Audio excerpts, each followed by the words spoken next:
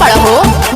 अरे जिलके रंगदार के भड़प हथियार देवेनी। तो दोस्तों भाई लोग नमस्कार। अभी के बड़ी अपडेट है कि पावर स्टार पवन सिंह एक और न्यू भोजपुरी 2024 की बेहतरीन बवाल रंगदारी गाना लेकर आ रहे हैं आपसे बीच में।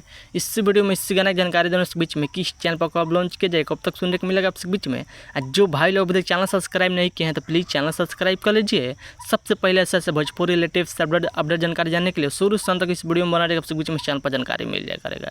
फाइनल बता दें पावर स्टार पवन सिंह रंगदारी गाना का फाइनल पोस्टर जारी कर दे। जब देख रहे हैं स्क्रीन पर जिस गाना का टाइटल है हम रंगदारी में, इस सॉन्ग को गाए हैं पावर स्टार पवन सिंह के साथ में खुशी कक्कड़ ने गाना गाया। डूट गाना होने वाला है जिस गाना का टाइटल हम रंगदारी में। इस गीत का बात करें वाले गीत को लिखे हैं यानी कि प्रिंस प्रियदर्शी और इस गाना म्यूजिक दिया प्रियांशु भाई ने। जिस गाना का टाइटल हम रंगदारी में पहली बार खुशी कक्कड़ ने डूट गाना कर रही है पावर स्टार पवन सिंह संग। जिस गाना का टाइटल हम रंगदारी में, इस गाना का टीजर अब से बीच में आ गया। जो बार टीजर नहीं देखें तो जाइए times music Bhojpuri YouTube channel पर आज ही टीजर लॉन्च कर दे सुबह।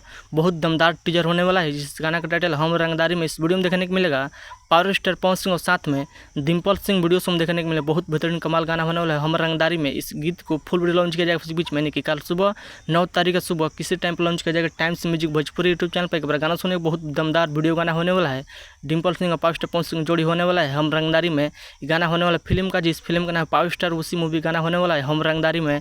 आप लोग बताइए कि power star Pawan Singh poster title कैसा लगा मेरे वीडियो में कमेंट करके बोलिए। और जो भाई लोग टीजर नहीं देखने जाइएगा, बट टीजर देखिए दमदार टीजर होने वाला है। कल एक बार तैयार रहिएगा, सुबह किसी टाइम पर लॉन्च किया जाएगा टाइम्स म्यूजिक भोजपुरी फुल वीडियो आप लोग को देखना ना भूलिए। आप लोग बताइए कि power star Pawan Singh update कर अपडेट वीडियो को लाइक चैनल सब्सक्राइब बस वीडियो में मिलते हैं। जय हिंद जय भोजपुरी, धन्यवाद। दबा वीडियो शेयर कर मिलते हैं।